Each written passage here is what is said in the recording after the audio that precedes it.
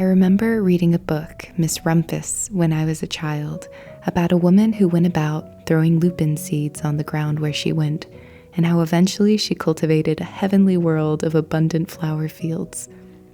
This trail behind my home reminds me of her story, and how the beauty of her soul lived on in the legacy she left in nature. It makes me want to pursue my passions, knowing that if I am true to myself and find a way to do my small part in making the world a better place, then my legacy will stand the test of time. People might not remember my name, but I can still be part of something beautiful nonetheless.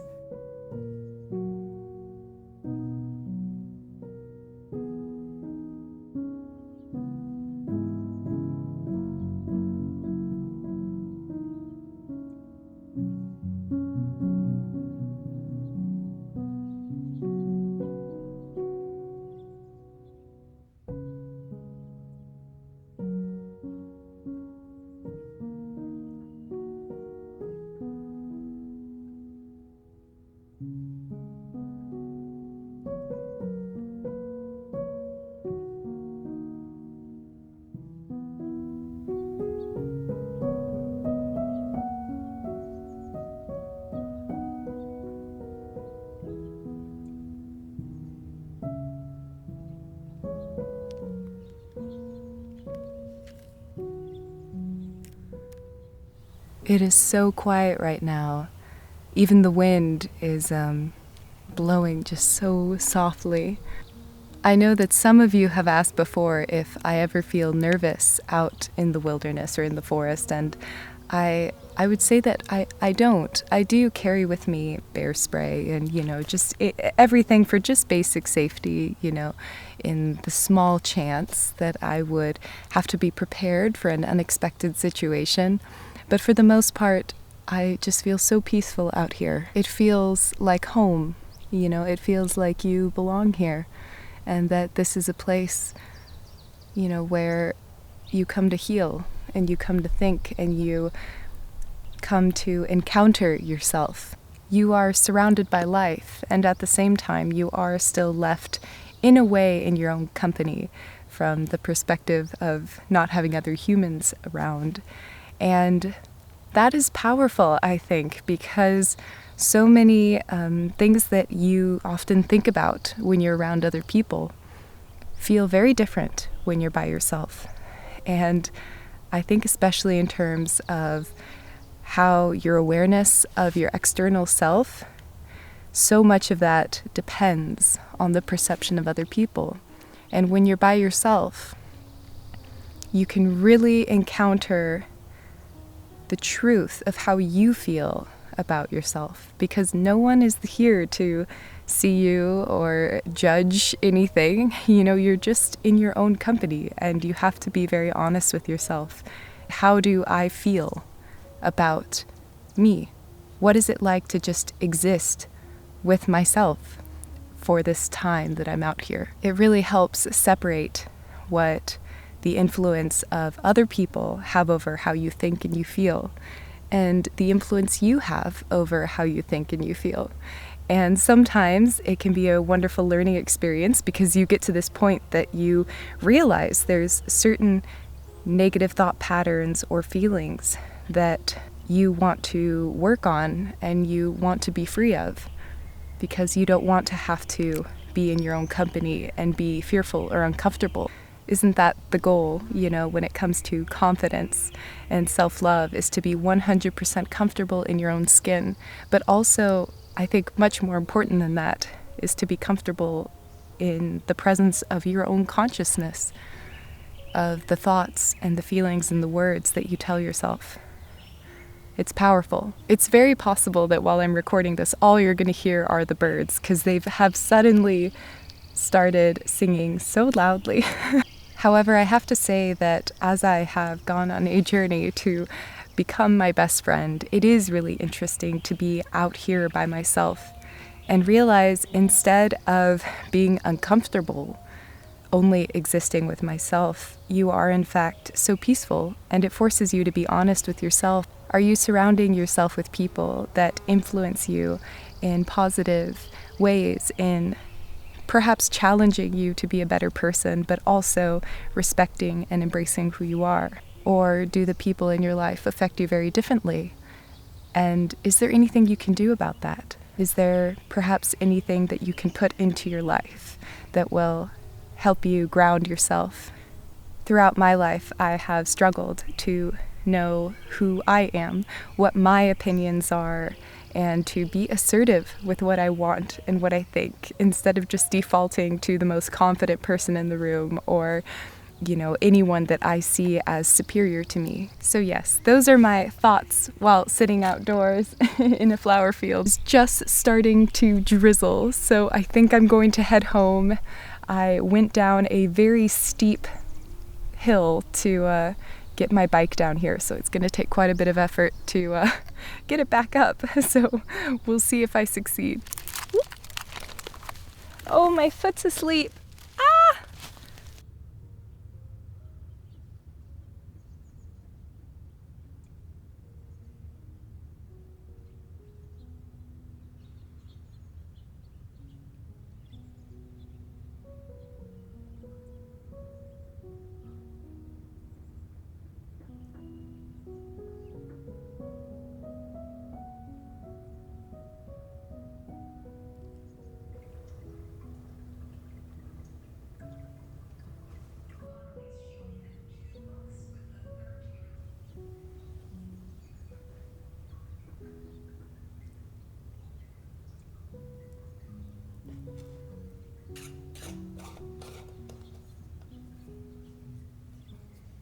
I think that if you seek out these quiet places with intention, you can use it as an opportunity to really ask yourself, if no one is watching, no one judging, if the only words spoken were the ones in your own mind, how would you feel about yourself?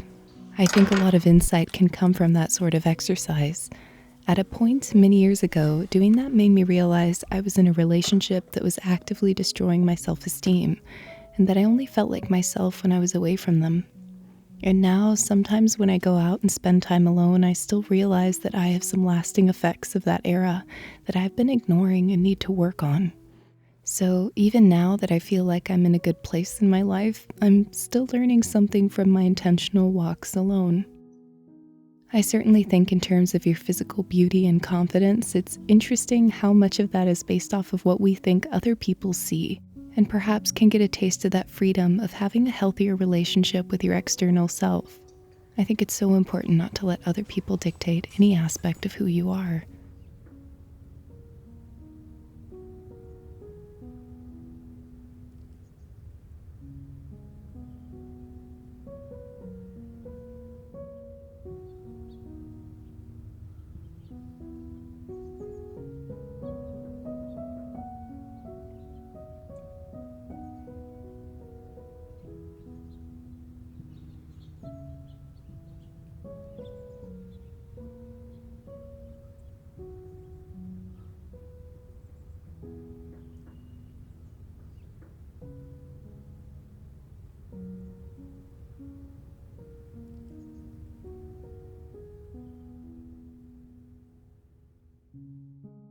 I did want to briefly give you a little update on our household. It is a little bit sad. It is related to losing a pet. I did lose my dear sweet bunny this week, Mr. Darcy. He entered the winter years of his life a long time ago. He's actually been with me for most of my adult life. So even though he's been having some health problems and he's very old and we knew this day was coming soon, it still has been really hard. So yes, he has been such a big part of my life for so long. We have loved him so much, and he has been a big part of this channel too. I still wanted, of course, to make an uplifting video in celebration of his life. The other day, we buried him in the garden under some wildflowers, and it was really hard and really special. And we put a little rabbit figurine there, and actually right after I buried him, I noticed that there were some lily of the valley growing right next to his little grave. And it was really sweet because I hadn't noticed those flowers before. They had just popped up, and I actually painted those flowers on the entryway of my house on the door. And so, in a funny way, it kind of feels like he's still with us watching over the house, and it was really comforting to see those flowers right next to where he is resting now. So I just wanted to let you all know, and I do not mean for this little message to be a real downer, because it's also a celebration of everything he's given me, and also to this channel. He's been such a big part of it for so long. I think perhaps one of the main reasons I'm sharing this is that I want all of you to tell someone you love them, or give them a big hug, or connect with someone you've been meaning to connect with, because we don't know how long we have, and I think it's so important to do those things and have those special moments sooner rather than later. So anyway, sending you all my love. I will see you soon. Goodbye.